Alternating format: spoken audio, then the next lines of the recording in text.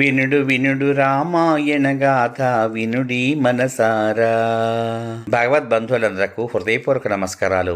ఓం శ్రీ రామచంద్ర పరబ్రహ్మణే నమః. శ్రీరామ రామ రామేతి రమే రామే మనోరమే సహస్రనామ తత్తుల్యం రామనామ వరానని. శ్రీ వాల్మీకి రామాయణం బాలకాండం 20వ స్వర్గలో గల 1వ శ్లోకం నుండి 27వ శ్లోకం వరకు గల అన్ని శ్లోకముల యొక్క వచన భావ సారాన్ని దశరథుడు రాముని తనతో పంపను అనుట చేత విశ్వామిత్రుడు కోపించుట అనే కథగా విందాం. విశ్వామిత్రుని మాటలు వినగానే దశరథుడు క్షణకాలం పాటు నిశ్చేష్టుడైపోయాడు. మరలా తెప్పరిల్లి ఈ విధంగా పలికాడు. మహాముని, రాజీవలోచనుడైన నా రాముడు కమలనేత్రుడు. 16 సంవత్సరాలు కూడా నిండలేదు. ఈతనికి రాక్షసులతో యుద్ధం చేసే యోగ్యత ఉన్నది అని నేను భావింపను. నా వద్ద పూర్తి అక్షౌహిణి సైన్యమున్నది. దీనికి నేను అధిపతిని, నియామకుడను. ఈ సైన్యంతో వెళ్లి నేను రాక్షసులతో యుద్ధం చేస్తాను. నా పోషణలో ఉన్న ఈ సైనికులు శూరులు, విక్రమవంతులు, అస్త్రముల ప్రయోగమునందు సమర్థులు. వీరు రాక్షసులతో యుద్ధం చేయడానికి యోగ్యులు. నీవు రాముని తీసుకువెళ్లొద్దు. ధనుర్ధారి అయి నేనే నీ యాగాన్ని రక్షిస్తాను. నా ప్రాణాలు ఉన్నంత వరకు యుద్ధం చివరి వరకు నిలచి రాక్షసులతో యుద్ధం చేస్తాను. నేనే స్వయంగా అక్కడికి వచ్చి యాగాన్ని రక్షించి అది నిర్విఘ్నంగా కొనసాగేటట్లు చేస్తాను. రాముని తీసుకుని వెళ్ళొద్దు.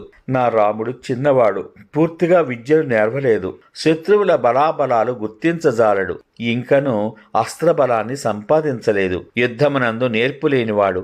రాక్షసులు తప్పక కపటయుద్ధం చేస్తారు. అందుచేత వారితో యుద్ధం చేయడానికి రాముడు తగినవాడు కాదు. ఓ మునిశ్రేష్ఠ, రాముడు లేనిచో నేను క్షణకాలమైనా జీవించలేను. అందుచేత రాముని తీసుకుని వెళ్ళొద్దు. అయినా కూడా రాముణ్ణే తీసుకువెళ్ళాలి అనే కోరిక నీకు ఉంటే అతనితో పాటు చతురంగ బలాన్ని నన్ను కూడా తీసుకువెళ్ళు. 60,000 సంవత్సరాల వయస్సునందు ఎంతో శ్రమపడి తన్ని కన్నాను. రాముని తీసుకుని వెళ్ళొద్దు.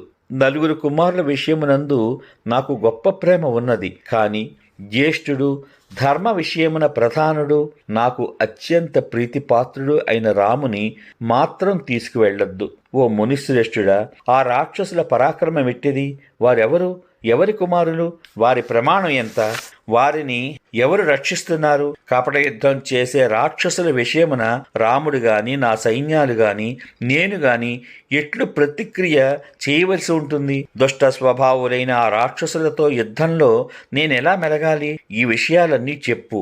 రాక్షసులు పరాక్రమం చేత గర్విస్తూ ఉంటారు కదా. దశరథుని మాటలు విని విశ్వామిత్రుడు ఈ విధంగా పలికాడు. పౌలస్త్య వంశమునందు జన్మించిన రావణుడు అనే రాక్షసుడు ఉన్నాడు. అతడు మహాబలవంతుడు, మహావీర్యవంతుడు. అతడు బ్రహ్మ నుండి వరం పొంది చాలామంది రాక్షసులతో కలిసి 3 లోకాలని మిక్కిలిగా పీడిస్తున్నాడు. రాక్షసరాజైన ఆ రావణుడు విశ్రవసుడు అనే ముని యొక్క పుత్రుడు. సాక్షాత్తు కుబేరుని యొక్క సోదరుడు. అతడు గొప్ప పరాక్రమం కలవాడని వింటున్నాం. మహాబలుడైన అతడు స్వయంగా యజ్ఞమునకు విఘ్నం చెయ్యడు. కానీ అతనిచే ప్రేరేపింపబడిన మారీచుడు, సుబాహువు అనే 2 రాక్షసులు యజ్ఞాన్ని విఘ్నం చేస్తున్నారు. విశ్వామిత్రుడు ఈ విధంగా చెప్పగా విని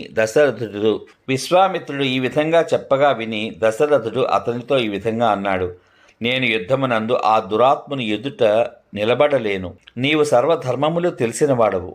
నా చిన్ని కుమారుని యందు, అల్పభాగ్యుడైన నాయందు అనుగ్రహం చూపు. గురువైన నీవు మాకు దైవం కదా.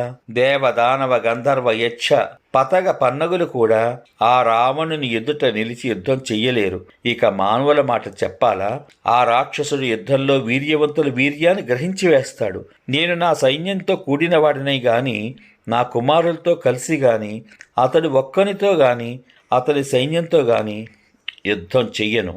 విశ్వామిత్ర, బాలుడైన నా కుమారుడు దేవతలతో సమానుడు. యుద్ధ పరిచయం లేనివాడు. పున్నామ నరకం నుండి నన్ను ఉద్ధరించేవాడు.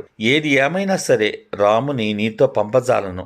నీకు యజ్ఞ విఘ్నం చేసే ఆ సుందోపసుందుల కుమారులైన మారీచ, సుబాహువులు యుద్ధమునందు యమును వంటివారు. అందుచేత నా కుమారుని నీతో పంపించను.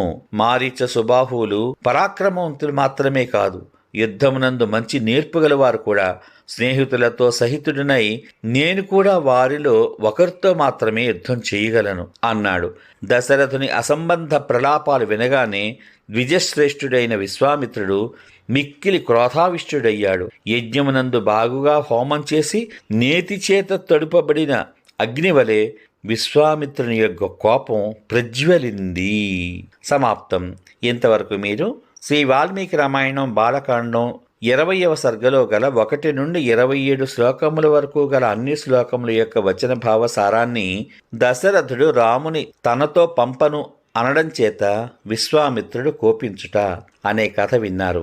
రేపటి భాగంలో శ్రీ వాల్మీకి రామాయణం బాలకాండం 21వ సర్గలో గల 1 నుండి 21వ శ్లోకం వరకు గల అన్ని శ్లోకముల యొక్క వచన భావ సారాన్ని రాముని విశ్వామిత్రునితో పంపడానికై వశిష్ఠుడు దశరథునకు నచ్చ చెప్పుట అనే కథగా విందాం.